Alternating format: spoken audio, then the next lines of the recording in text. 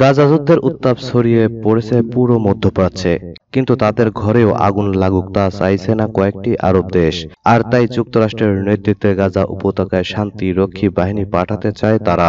তবে এর মধ্যে এমনও দেশ রয়েছে যারা গাজা যুদ্ধকে নিজেদের ফায়দায় কাজে লাগাতে চাইছে। সৌদি আরবের ঘনিষ্ঠ কয়েকটি দেশ নিজেদের স্বার্থ আদায়ে এরই মধ্যে যুক্তরাষ্ট্রের সঙ্গে দর কষাকষি শুরু করেছে। গাজায় স্থায়ী যুদ্ধবিরতির পর উপত্যকার শাসনভার কার হাতে উঠবে তা নিয়ে এরই মধ্যে আলোচনায় বসেছে দেশগুলো। আর সেই আলোচনার নেতৃত্ব দিচ্ছে সংযুক্ত আরব আমিরাত।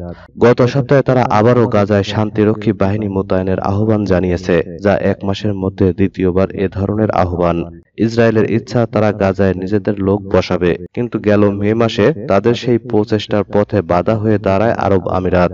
মার্কিন একজন কর্মকর্তা মিডল ইস্ট আইকে জানিয়েছেন, ইরানের চরম শত্রু বাহরাইন অনেকটা গোপনে এই শান্তিরক্ষী মিশনের অংশ হওয়ার ইঙ্গিত দিয়েছে। বলা হচ্ছে, গাজায় যদি উপসাগরীয় দেশের সামরিক কর্মকর্তারা পা রাখেন, তাহলে এটা এই সুগভীর একটি পরিবর্তন হিসেবে বিবেচিত হবে। কেননা এসব দেশ এতদিন ধরে গাজাকে বাদ দিয়ে লিবিয়া, সিরিয়া ও ইয়েমেনের মতো দেশগুলোতে নিজেদের নজর সরিয়ে রেখেছিল। কিন্তু গেল ৭ অক্টোবর মধ্যপ্রাচ্যের দৃশ্যপট পাল্টে যায়। মধ্যপ্রাচ্যের নজর এখন গাজায়।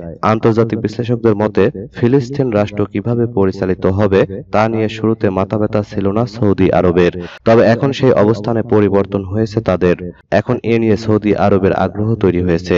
আবার যুক্তরাষ্ট্র ও ইসরায়েলের সঙ্গে নিজেদের ঘনিষ্ঠতা বোঝাতে দেশ দুটির সঙ্গে গভীরভাবে কাজ করছে সংযুক্ত আরব আমিরাত ও বাহরাইন। যদিও এই মুহূর্তে তাদের ভূমিকা খুবই সামান্য। গাজা যুদ্ধের মধ্যে ফায়দা লুটতে মুখিয়ে আছে কয়েকটি আরব দেশ। এর মধ্যে আরব আমিরাত চাইছে তাদের দেশে থাকা আল দাফরা বিমান ঘাঁটি আরো উন্নয়ন করুক যুক্তরাষ্ট্র। কাতারও এমন কিছুই চাইছে। দেশটি চাইছে হামাস ও ইসরায়েলের সঙ্গে মধ্যস্থতার পুরস্কার স্বরূপ আল উদেইদ ঘাঁটিতে মার্কিন সামরিক বাহিনীর উপস্থিতি আরো ১০ বছর বাড়ানো হোক। আবার আব্রাহাম আর্ক থেকে কিছুই পায়নি বাহরাইন।